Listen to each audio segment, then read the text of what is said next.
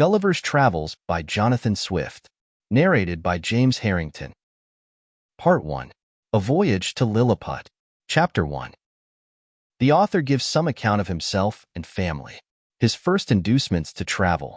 He is shipwrecked and swims for his life. Gets safe on shore in the country of Lilliput. Is made a prisoner and carried up the country. My father had a small estate in Nottinghamshire. I was the third of 5 sons. He sent me to Emmanuel College in Cambridge at 14 years old, where I resided 3 years and applied myself close to my studies. But the charge of maintaining me, although I had a very scanty allowance, being too great for a narrow fortune, I was bound apprentice to Mr. James Bates, an eminent surgeon in London, with whom I continued 4 years. My father now and then sending me small sums of money, I laid them out in learning navigation and other parts of the mathematics, useful to those who intend to travel, as I always believed it would be, some time or other, my fortune to do. When I left Mr. Bates, I went down to my father, where, by the assistance of him and my Uncle John and some other relations, I got £40 and a promise of £30 a year to maintain me at Leiden. There I studied physic 2 years and 7 months, knowing it would be useful in long voyages. Soon after my return from Leiden, I was recommended by my good master, Mr. Bates, to be surgeon to the Swallow, Captain Abraham Pannell, commander, with whom I continued 3 years and a half, making a voyage or 2 into the Levant and some other parts.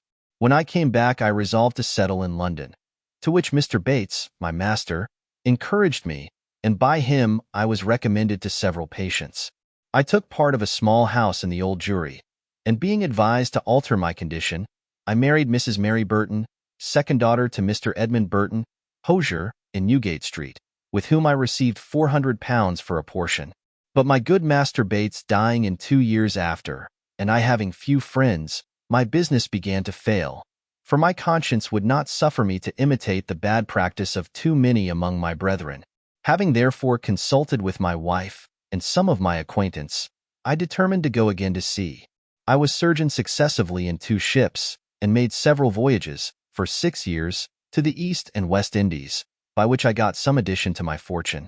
My hours of leisure I spent in reading the best authors, ancient and modern, being always provided with a good number of books, and when I was ashore, in observing the manners and dispositions of the people, as well as learning their language, wherein I had a great facility by the strength of my memory. The last of these voyages not proving very fortunate, I grew weary of the sea, and intended to stay at home with my wife and family. I removed from the Old Jewry to Fetter Lane, and from thence to Wapping, hoping to get business among the sailors, but it would Sample complete. Ready to continue?